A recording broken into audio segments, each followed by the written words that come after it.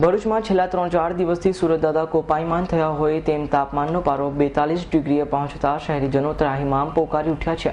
સવારના થોડો સમય વીત્યા બાદ સાંજે સૂરજ આથમતા સુધી શહેરના માર્ગો પર સામાન્ય રહેતી હલનચલન કરતા ઘણી ઓછી આવન જાવન રહેતા રસ્તાઓ સુમસામ દેખાઈ જણાય છે। ભરૂચના નગરજનો હાલ થોડા સમય દિવસથી ગ્લોબલ વોર્મિંગના પડચાનો બરાબર અહેસાસ કરી રહ્યા છે।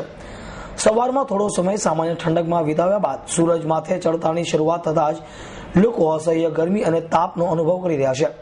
ઘણા ખરા લોકો બપોર પડતા સલામત સ્થળ શોધીને સૂરજના આકરા તાપથી બચવાનો પ્રયત્ન કરતા હોવાનું જણાય છે। હવામાન ખાતાના જણાવ્યા અનુસાર આવનારા સપ્તાહ દરમિયાન આ જ પ્રકારની સ્થિતિ રહેશે તો વરસાદ પડવાની શક્યતા નકારી શકાય તેમ નથી।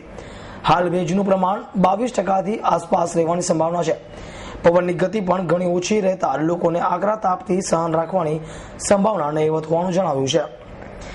આ બાબતે થયેલ વાતચીતમાં ભરૂચ સિવિલ હોસ્પિટલના ઇન્ચાર્જ સિવિલ ડોક્ટર મહેતાએ જણાવ્યું હતું કે લોકોએ શક્ય હોય ત્યાં સુધી ગરમીમાં બહાર નીકળવાનું ટાળવું જોઈએ અને કોઈ કારણસર નીકળવું જ પડે તો શરીરને માથાથી પગ સુધી ઢાંકવું જોઈએ।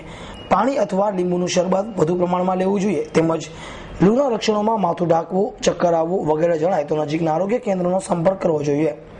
અવી સૈયદ, S9 ન્યૂઝ, ભરૂચ।